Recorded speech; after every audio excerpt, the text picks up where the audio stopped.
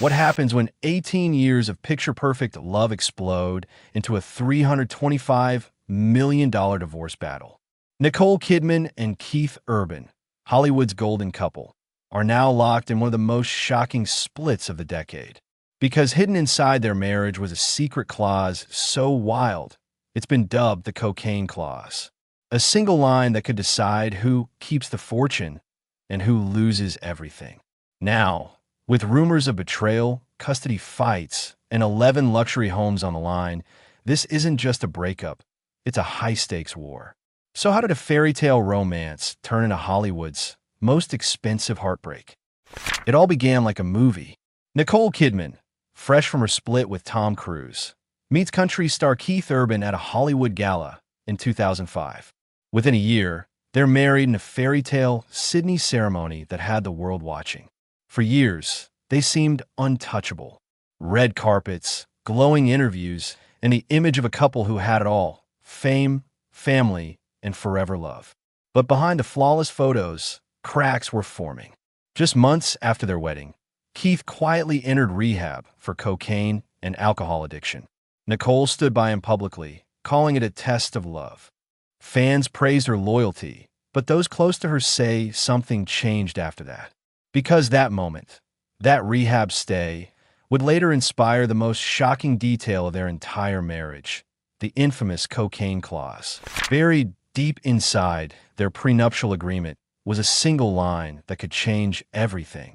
It stated that if Keith ever relapsed into drug use, Nicole could walk away with nearly everything: her fortune, their homes, and total financial control.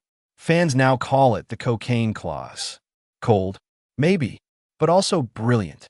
Insiders say Nicole added it after Keith's 2006 rehab stay, not out of spite, but protection. She'd already lived through one high-profile breakup with Tom Cruise. She wasn't about to lose control again. And while most Hollywood prenups are designed to split wealth fairly, this one was built like a trapdoor. One wrong move from Keith, and everything, every dollar, every mansion, would slide back into Nicole's hands. Compared to other celebrity contracts, Britney's money shield, Jessica Simpson's weight clause, Jeff Bezos' missing prenup, Nicole stands out as the most ruthless and calculated of all. But no one knew that piece of paper would one day become the centerpiece of a $325 million war. In September 2025, the story broke like a bombshell. Nicole Kidman had officially filed for divorce. TMZ claimed a new woman in Keith's life was the final straw, but insiders say that was just the spark. The real battle was about money and control. Because when a couple's combined fortune hits $325 million, every asset becomes a weapon.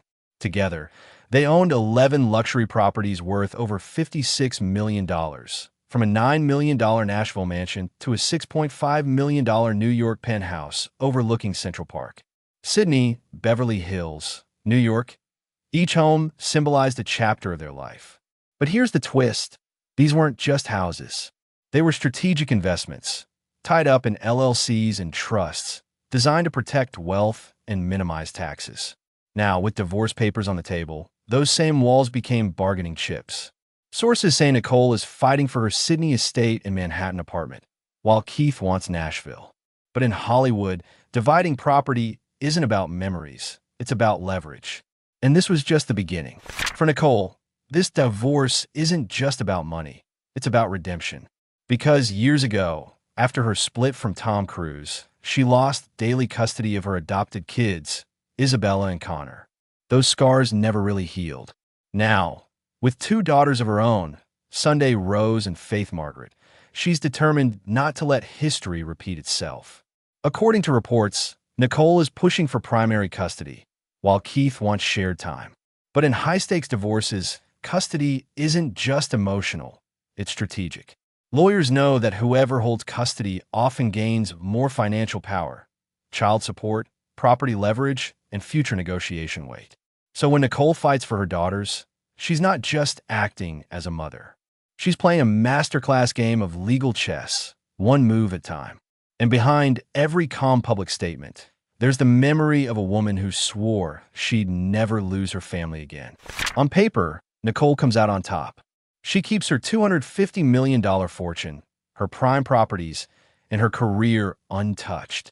The prenup ensures Keith walks away with a guaranteed $11.4 million payout, a fortune to most, but a fraction in Nicole's world. Still, insiders say the story isn't over. Keith's future earnings, tours, royalties, and endorsements could still shift the balance. And if custody tilts in his favor, new negotiations could reopen the money trail. Some call it cold strategy. Others call it survival. Nicole built an empire and protected it. Keith, on the other hand, walks away with freedom, reputation, and maybe a lesson about mixing love with contracts. Because in Hollywood, no one truly wins a divorce. They just lose differently. And for Nicole Kidman and Keith Urban, this wasn't just the end of a marriage. It was the final scene in a love story written in fame, fortune, and fine print. 18 years, 11 homes, one clause that changed everything. Nicole Kidman and Keith Urban's split isn't just another Hollywood breakup. It's a case study in love, power, and precision. A $325 million empire divided not by emotion, but by strategy. The cocaine clause may sound shocking, but in a world where fame and fortune collide, it was simply survival. Because in Hollywood, love might start with red carpets and roses, but it usually ends with lawyers and signatures. So who really won? Nicole, with her untouched empire and quiet control? Or Keith, walking away with less money, but his freedom intact? Maybe the real answer is this. In the business of love, the smartest contract always wins. And as we've just seen, in Hollywood, forever often lasts only until the ink dries.